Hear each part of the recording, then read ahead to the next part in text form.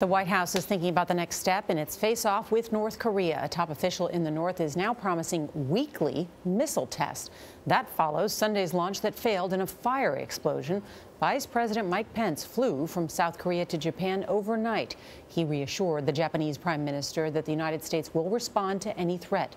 Margaret Brennan is at the White House with the newest warnings from both sides. Margaret, good morning. Good morning. While in Tokyo, Vice President Pence said that economic and diplomatic pressure may still convince North Korea to abandon its nuclear program.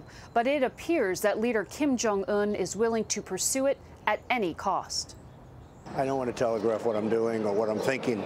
President Trump refused to explain his strategy, but in an interview yesterday, he said all of his predecessors had been outwitted by North Korea's leaders. You look at different things over the years with President Obama. Everybody has been outplayed. They've all been outplayed by this gentleman, and we'll see what happens. In Japan today, Vice President Mike Pence reassured the U.S. ally that military action is not the first choice, but it is an option. All options are on the table, and there they will remain. In a show of force, the USS Carl Vinson aircraft carrier has been directed to the Korean peninsula and will arrive next week. In an effort to push Kim Jong-un to the negotiating table, the U.S. has continued to increase sanctions and cyber-sabotage its nuclear weapons program. Mr. Trump is also betting that China will do for him what it has failed to do for past U.S. presidents, cut off financial support to destitute Pyongyang.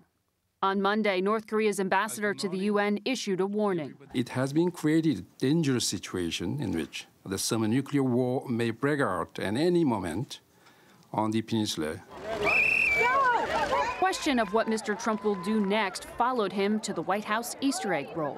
Hi, Mr. President. Hi, say hi. Gotta behave.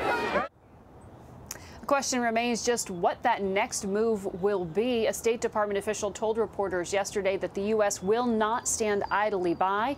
And when asked about the possibility of U.S. strikes, said, we are committed to defending our people if necessary.